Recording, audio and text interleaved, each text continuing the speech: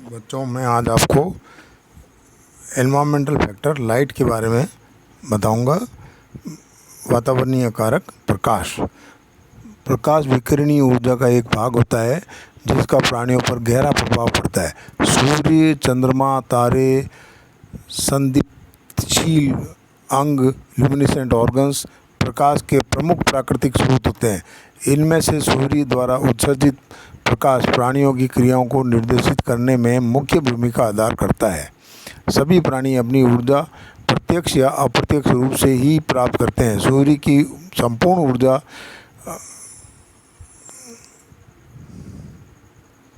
अंततः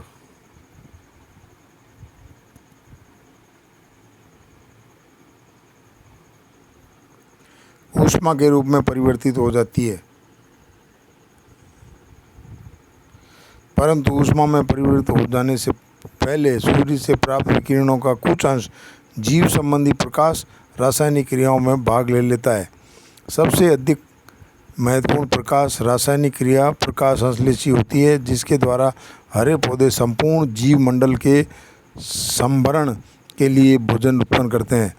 प्रकाश अत्यंत परिवर्तनशील होता है तथा इसका मान कुछ ही घंटों में शून्य के समीप से अधिकतम तक परिवर्तित हो सकता है। यद्यपि कुछ प्राणी प्रकाश के बिना जीवित रह सकते हैं, अधिकांश प्राणियों के लिए यह अपरित्यज्य होता है। इस प्रकार प्रकाश एक जैव वाइटल कारक है जो अपने उच्चतम और न्यूनतम स्तरों पर सीमाकारी भी होता है। प्रकाश का प्रभाव इसकी तीव्रता, गुणवत्ता और अवधि पर निर्भर करती है।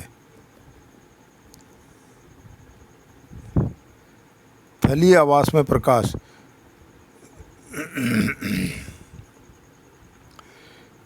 सूर्य के प्रकाश में पराबैंगनी दृश्य तथा अवरक्त संघटक होते हैं। हम सूर्य के प्रकाश में उपस्थित 7 रंगों से परिचित हैं। ये रंग इसके दृश्य घटक का निर्माण करते हैं। स्पेक्ट्रम के विभिन्न अंशों को किन किन तरंग दैर्घ्यों का मानना चाहिए, इसमें काफ़ी मतभेद है, परंतु मोटे तौर पर 3600 एंगस्ट्रॉम से कम तरंग दैर्घ्य वाला विकिरण पराबैंगनी तथा 7600 एंगस्ट्रॉम से अधिक तरंग दैर्घ्य वाला विकिरण अवरक्त कहलाता है। अवरक्त तथा दृश्य प्रकाश प्रत्येक सूर्य के संपूर्ण विकिरण का लगभग 50% होता है, जबकि पराबैंगनी अंश की प्रतिशतता बहुत कम होती है। 2870 एंगस्ट्रॉम से कम तरंग दैर्घ्य वाला विकिरण पृथ्वी के वायुमंडल में उपस्थित गैसों द्वारा अवशोषित कर लिया जाता है। पृथ्वी तल पर पहुंचने वाले प्रकाश की तीव्रता 2 कारकों पर निर्भर करती है: आपतन कोण, दूसरा वायुमंडल एवं रोधक लक्षणों द्वारा किए गए अवशोषण का परिमाण। ये दोनों कारक सूर्य की दूरी पर निर्भर करते हैं। सूर्य की दूरी विभिन्न अक्षांशों पर भिन्न भिन्न होती है तथा यह ऋतु और दिन के विभिन्न समय के अनुसार भी बदलती रहती है। इस प्रकार अक्षांश, ऋतु तथा दिन के समय के साथ साथ प्रकाश की तीव्रता बदलती है। इसके अतिरिक्त वायुमंडल में उपस्थित आर्द्रता, बादल और धूल का भी प्रकाश की तीव्रता को कम करने में अनियमित प्रभाव होता है। प्राणी भी प्रकाश की तीव्रता को कम करने में योगदान देते हैं। जैसे वनों में पृथ्वी तल पर पहुंचने वाले प्रकाश की तीव्रता में वृक्षों द्वारा कमी कर दी जाती है।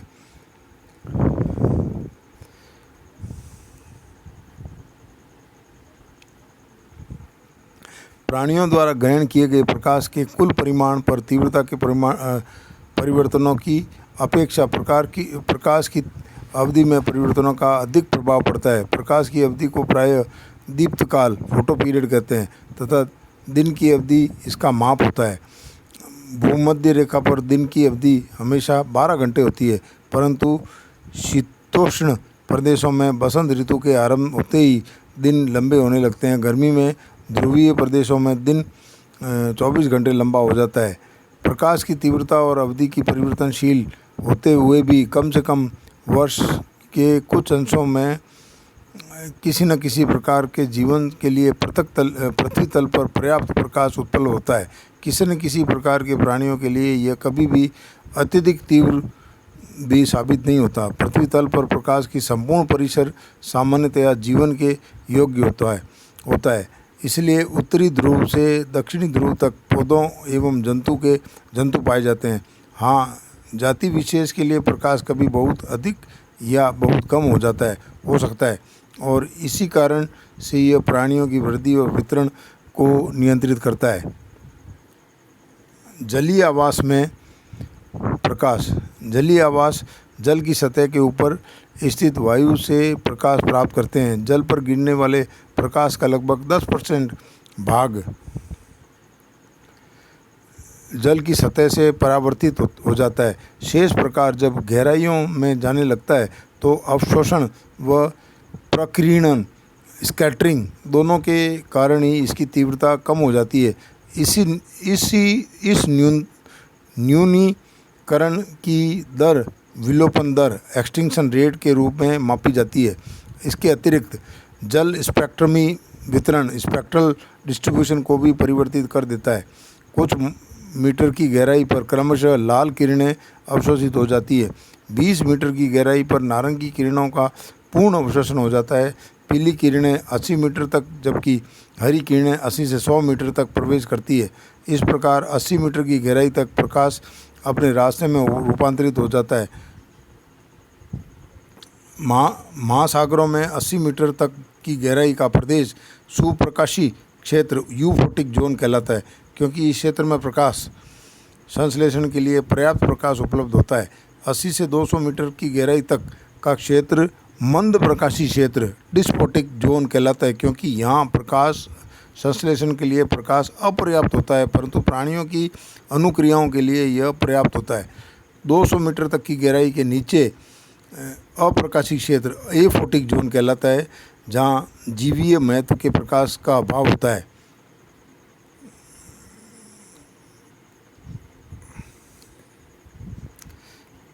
प्रवेशशील प्रकाश की तीव्रता में कमी और इसके स्पेक्ट्रमी वितरण में परिवर्तन जल की पारदर्शिता पर निर्भर करते हैं।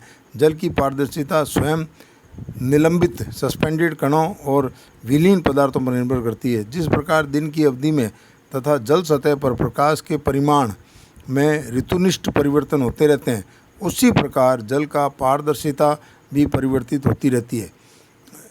इन परिवर्तनों के मिले जुले प्रभाव के फलस्वरूप अधस्तलीय सब सरफेस स्तरों में उपलब्ध प्रकाश की में काफ़ी उच्चावचन होते रहते हैं।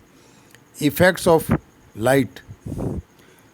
प्राणियों पर प्रकाश के निम्न प्रभाव होते हैं। वर्णकता पिगमेंटेशन। प्रकाश उन प्रकाश संश्लेषी प्रकाश रासायनिक क्रियाओं को प्रेरित करता है जिनके फलस्वरूप वर्णकों का निर्माण होता है। हरे पौधे केवल प्रकाश की उपस्थिति में ही पर्णहरित का निर्माण करते हैं। प्रकाश के अभाव में सामान्य पौधों में यह वर्णक लुप्त हो जाता है और उनका रूप असामान्य हो जाता है। जंतुओं में भी प्रकाश वर्णकता को प्रभावित करता है। प्रकाश के सतत अभाव के कारण ही गुफा निवासी प्राणियों में वर्णक का अभाव हो जाता है। रेक्सक्वीन 1947 ने ज्ञात किया है कि गुफा निवासी उभयचारियों तथा मछलियों को सामान्य प्रकाश में रख दिया जाए तो इन प्राणियों की त्वचा में काफ़ी परिवर्णक बन जाते हैं। कई जलीय प्राणियों का प्रकाश न मिलने पर उनका वर्णक लुप्त हो जाता है। प्राणियों में वर्णकता अत्यधिक प्रकाश से उनकी रक्षा करती है, जनन ऋतु में लाभदायक साबित हो सकती है तथा रक्षी रंजन प्रोटेक्टिव कलरेशन विकसित कर प्राणियों के जीवितामान सर्वाइवल वैल्यू में वृद्धि कर देती है। दूसरा, कलर चेंजेस रंग परिवर्तन। कई प्राणियों में अपना रंग बदलने की क्षमता होती है। यह क्षमता प्रायः सरीसृपों, उभयचरियों, मछलियों, कीटों, केफिलोपोड्स, सिफेलोपोड्स एवं अन्य अकशेरुकियों में पाई जाती है। प्रासर 1950 ने उन क्रिया विधियों का वर्णन किया है जिनके द्वारा रंगों में ऐसे परिवर्तन होते हैं। उनके अनुसार कई प्राणियों में रंग परिवर्तन उस प्रकाश से संबंधित होते हैं जो पृष्ठभूमि से नेत्रों द्वारा प्राप्त किया जाता है, लेकिन अन्य प्राणियों से सीधे विकिरणों द्वारा ही रंग परिवर्तन संपन्न कर लिए जाते हैं। रंग परिवर्तन से प्राणी अपने आप को छुपाकर पर पक्षियों से अपनी रक्षा कर लेते हैं। तीसरा, फोटोटैक्सिस, प्रकाशानुचलन। प्रकाश के प्रति अनुक्रिया के रूप में होने वाले प्राणियों की गति को प्रकाशानुचलन कहते हैं। यदि प्राणी प्रकाश के स्रोत की ओर चले तो इसे धनात्मक प्रकाशानुचलित पॉजिटिवली फोटोटैक्टिक कहते हैं। हरे एक कोशीय पौधे और रेनिट्रा जैसे जलीय कीट धनात्मक प्रकाशानुचलित होते हैं। यदि प्राणी प्रकाश स्रोत से दूर चले तो इसे ऋणात्मक प्रकाशानुचलित नेगेटिवली फोटोटैक्टिक कहा जाता है। जैसे प्लेनेरियंस, केंचुए, संचित अनाज के नाशक कीट, इंसेक्ट पेस्ट इत्यादि। प्लवकीय जंतु भी ऋणात्मक प्रकाशानुचलित होते हैं क्योंकि वे दिन में जल की गहराइयों में चले जाते हैं और रात्रि में सतह पर आ जाते हैं। प्रकाश गति क्रम, फोटोकाइनेसिस। निम्न श्रेणी के प्राणियों में प्रचलन की चाल, स्पीड पर प्रकाश का प्रत्यक्ष प्रभाव होता है। इस अनुक्रिया को प्रकाश गतिक्रम कहते हैं। उदाहरणार्थ, पिनोथेरस नामक शंभु कर्कट मुसेल क्रैब के डिम्बकों में प्रकाश तीव्रता की वृद्धि या कमी के साथ साथ उनके तैरने की दर क्रमशः बढ़ती या घटती रहती है। प्रकाशानुवर्तन, फोटोट्रॉपिज्म। जब किसी प्राणी का एक अंग